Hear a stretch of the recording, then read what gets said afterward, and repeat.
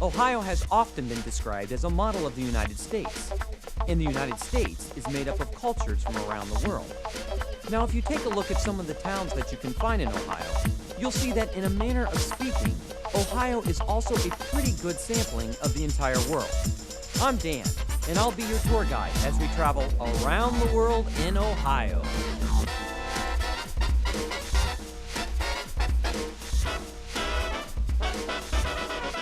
Guess what? Ohio has a Sidney as well.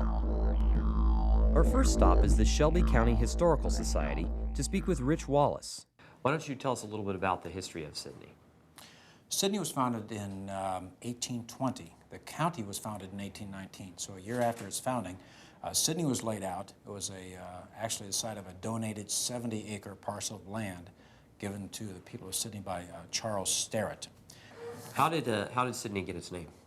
Charles Sterrett's favorite hero in English literature and history was Sir Philip Sidney. I think historians have pretty well established that it was named in honor of Sir Philip Sidney.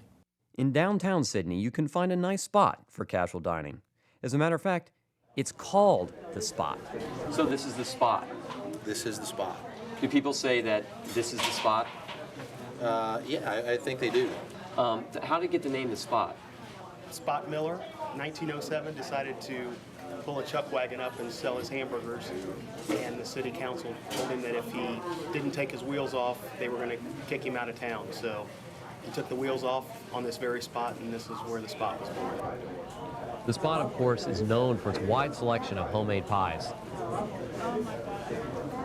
You know, this hits the spot.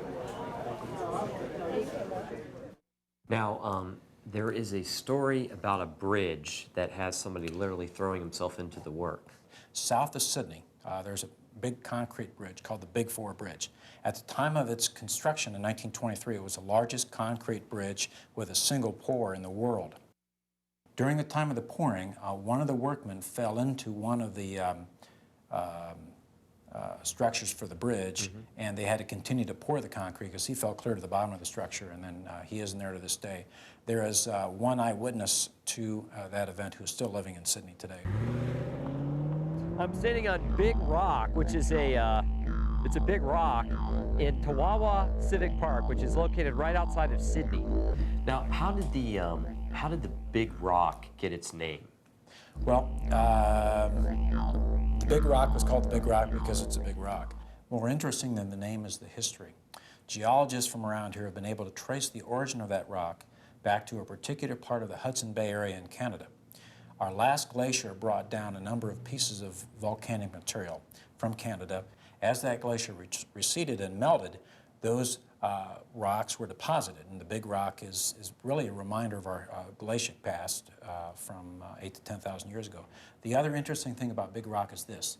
If you go on top of Big Rock and crawl on top of it, you'll see a Union shield that was cut into the top of Big Rock in 1876. There's a bank downtown that also has some interesting architectural history. Yes, Dan. First of all, it's probably one of our best-known tourist attractions. It's a People's Federal Savings Loan Association. When was the bank completed? The bank was constructed in 1917, designed by Louis Sullivan from Chicago.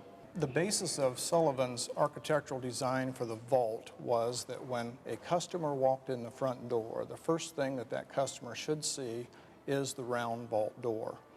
And so you can see that it's perfectly centered in the glass.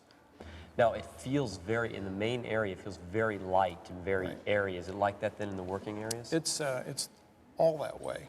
This building has a lot of skylights, so even on the darkest days of winter, the building is pretty well lit with natural light. And then visitors, as long as you're open, it's no problem for visitors to stop by and take a look. We enjoy having visitors. If it's a group, we appreciate a phone call ahead of time so we can make some proper arrangements to have somebody here to take them on a tour. But we welcome visitors anytime we're open. There are several other historic buildings within walking distance of the People's Federal Bank, all of which are worth visiting.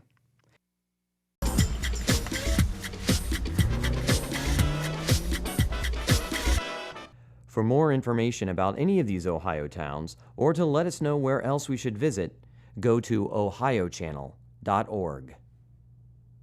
You can also visit Ohio Travel and Tourism at ohiotourism.com or call 1-800-BUCKEYE.